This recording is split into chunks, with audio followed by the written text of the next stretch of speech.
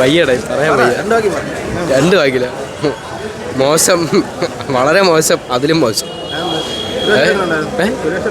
സുരേഷ് ചേട്ടനൊന്നും കൊള്ളു. സുരേഷ് ചേട്ടൻ ആരേട്ടാ? എൻ്റെ ചേട്ടനൊന്നുമല്ല അയാൾ.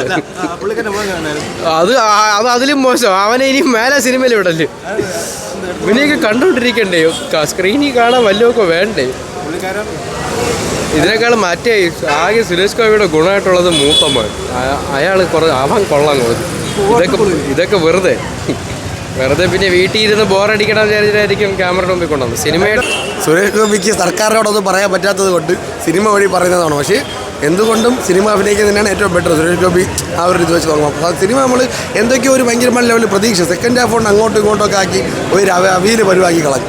സെൻസർ ബോർഡ് ഇത്രയും വിഷയമാക്കി നിന്നാൽ ക്ലൈമാക്സിൽ കുറച്ച് ഡയലോഗ് കണ്ടപ്പോഴാണ് മനസ്സിലായത്.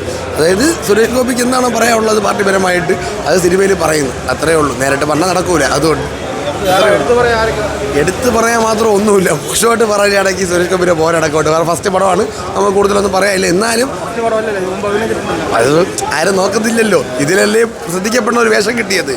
ഇതിന് മുമ്പ് വന്നൊന്നും ആരും ശ്രദ്ധിക്കപ്പെട്ടില്ല. ഇപ്പോൾ ഈ പടം വന്നപ്പോൾ അല്ലേ ശ്രദ്ധിക്കപ്പെട്ടത്. അങ്ങനെയാണ് ഉദ്ദേശം ഫസ്റ്റ് പടം എന്ന് പറഞ്ഞത്. കൊള്ളുള്ളതെന്ന് വെച്ചാൽ നമുക്ക് ഒരു രീതിയിലും ഒന്നും പറയാനില്ല. എടുത്ത് പറയാം എല്ലാവരും ക്യാരക്ടർ വൈസൊക്കെ ഓക്കെയാണ്. പക്ഷേ അഷ്കർ അലിയൊക്കെ ഓക്കെ സാധാരണ എല്ലാ സിനിമയിലും ചെയ്യുന്നത് പോലെ തന്നെ ഉണ്ട്. പക്ഷേ സിനിമ വൈസ് ഒരു ആവറേജേ ഉള്ളൂ.